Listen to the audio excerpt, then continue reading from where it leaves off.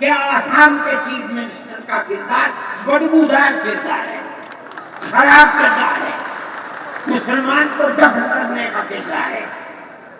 असम के मुख्यमंत्री हेमंत बिस्व शर्मा का किरदार बदबूदार है। ये बयान मौलाना अरशद मदनी ने दिया है। जमीयत उलमाए हिंद के अध्यक्ष मौलाना अरशद मदनी का ये बयान एक बार फिर सुर्खियां बटोर रहा है, जिसमें साफ तौर पर जमीयत के अध्यक्ष मौलाना अरशद मदनी कह रहे हैं कि जो असम के चीफ मिनिस्टर हैं उनका किरदार बदबूदार है। क्या कुछ और उन्होंने कहा है ना, आप पहले इस वीडियो को देखिए।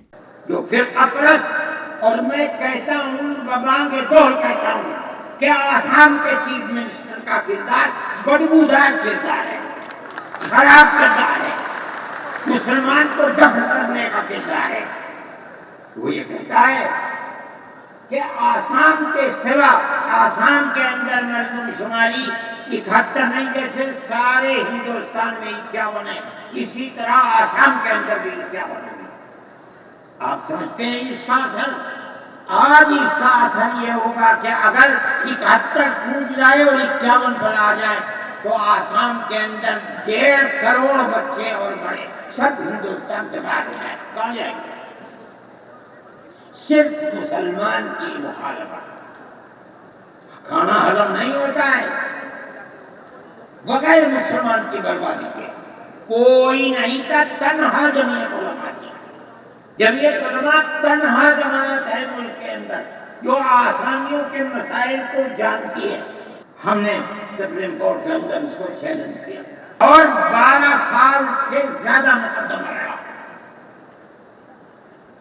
करोड़ों रुपया उसके ऊपर खर्च किया गया।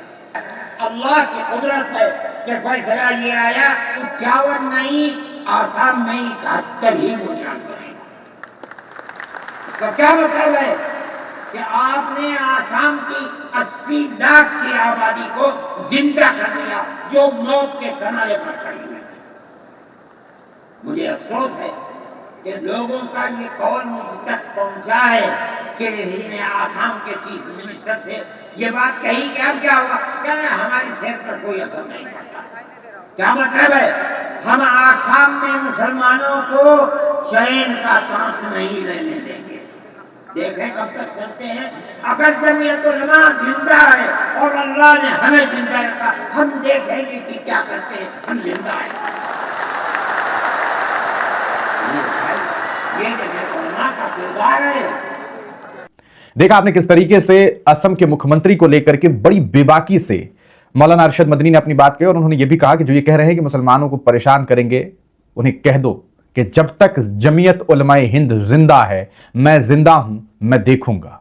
क्योंकि आपको मालूम है कि जमीयत ने किस तरीके से लगभग 11-12 सालों तक वो लड़ाई लड़ी है असम की सरकार से, जिसके तहत लगभग 1 करोड़ से ज्यादा मुसलमानों को उस स्टेट से निकाला जा सकता था। इस तरह के फरमान थे, लेकिन सुप्रीम कोर्ट से एक बड़ी जीत हासिल की मौलाना अरशद मदनी। और अभी तो आप देख ही रहे हैं किस तरीके से मियां मुसलमान को परेशान करो, 5 रुपया अगर रिक्शा वाला मांगे तो 4 रुपया दो, 1 रुपया मत दो। ये बयान मुख्यमंत्री दे रहे हैं। एक वीडियो, AI जनरेटेड वीडियो, मुख्यमंत्री जी बंदूक से गोली चला रहे हैं, एक दाढ़ी टोपी वाले को गोली लग रही है।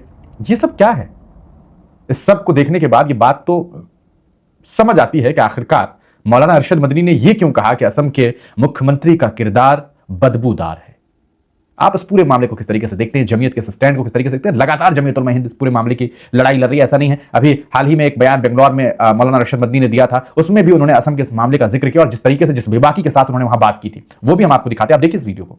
आसाम का मसला अभी तक अटका हुआ है दूसरे सिर पर, यह फिरका परस्ती। सुप्रीम कोर्ट ने उनको फैसला दे दिया कि तुम हिंदुस्तानी हो। अब गवर्नमेंट का ये काम है कि जो हिंदुस्तानी है उसको हिंदुस्तानी होने का सर्टिफिकेट दिया जाए। लेकिन मैं आपसे कहता हूँ कि बदबख्त फिरका परस्ती ऐसी चीज है कि 5-6 साल हो गए उन लोगों को गवर्नमेंट ने नेशनलिटी का सर्टिफिकेट नहीं दिया। हम फिर कोर्ट में जा रहे हैं, जा चुके हैं, तारीख अभी नहीं मिली है। हमें खुदा की जात से तवक्को है इंशाअल्लाह हम कामयाब होंगे।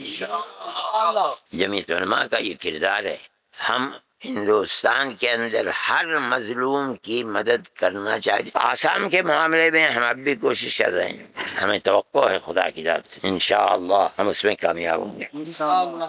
جب سپریم کورٹ نے فیصلہ کر دیا تو اب حکومت کو وہاں دینا پڑے گا انہیں نیشنلٹی سرٹیفکیٹ. ان کا مسئلہ حل ہو گیا. اس کے بعد جمعیت علماء اس کے لیے کوشش کر رہی ہے اور کوئی نہیں کر پاتا. جمعیت علماء کا قدم پیچھے نہیں ہٹائے. ہم تو اپنی جگہ کے اوپر کھڑے ہیں. کوئی اور مائی کا لال اگر ہوتا اور اس طرح کرتا تو خدا جانے اس کے ساتھ کیا ہوتا. لیکن جمعیت علماء کی ایک تاریخ ہے. ملک کی آزادی میں اس کی قربانیاں ہیں. جمعیت علماء ہند کے ورکرز، اس کے صدر، نائبین صدر، ورکنگ کمیٹی کے ممبر سب جیل جا چکے. کس لیے؟ ملک کی آزادی کے لیے. فرقہ پرست پارٹیاں مسلمان کو برباد کرنا چاہتی کہ جو وہ گنڈا گردی کر رہے ہیں تم بھی کرو. ہم نہیں کہتے. اس سے ملک کا نقصان ہے. ہم یہ کہتے ہیں کہ وہ نفرت کی آگ لگا رہے ہیں فرقہ پرست لوگ، آپ ان کا مقابلہ کریں. ہمیں خدا کی ذات سے توقع ہے کہ ایک دن ایسا آئے گا جس کے اندر ظالموں کے گردن کے اندر زنجیر پڑی ہوئی ہو.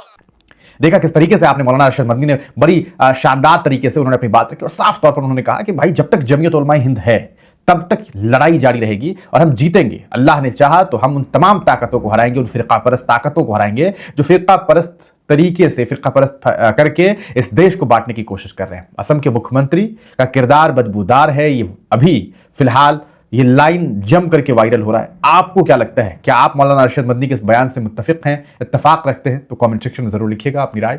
بہت بہت شکریہ.